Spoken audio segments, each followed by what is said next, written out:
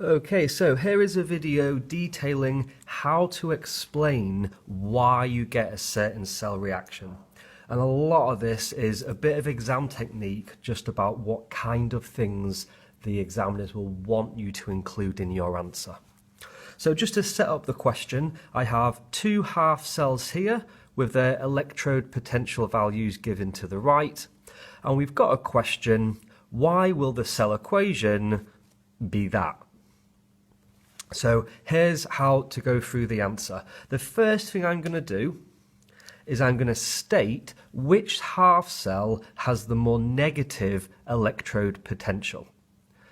So the more negative electrode potential will be the Cu plus C as the more negative electrode potential. Now, what I could have done is say which half cell has the more positive electrode potential. So you've got a little bit of choice there. It doesn't matter which, but you've just got to state one. So I could have replaced this sentence with Br2 to Br minus has the more positive electrode potential. We're just going to state one of those. The next thing we're going to do is state which chemical is the more powerful reducing agent. So remember, oil rig, oxidation is loss, reduction is gain. If you're a reducing agent, you're causing reduction. Now, you can see because my copper half cell has the more negative electrode potential, the copper half cell will itself be oxidized. It's going backwards, it's losing electrons, which means the copper half cell is causing reduction. It's making the bromine half cell gain an electron. So the copper half cell is going to be the reducing agent, but let's be specific. Which chemical is it that's actually causing reduction? Well, it's the copper, isn't it? Because the copper is losing the electron, so that is causing reduction. It is the reducing agent. So we can say Cu is the more powerful reducing agent. Now, why have I phrased it like that? Why did I say more powerful? Well, that's because Br minus could also be a reducing agent. It is possible for Br minus to lose an electron and cause something else to be reduced.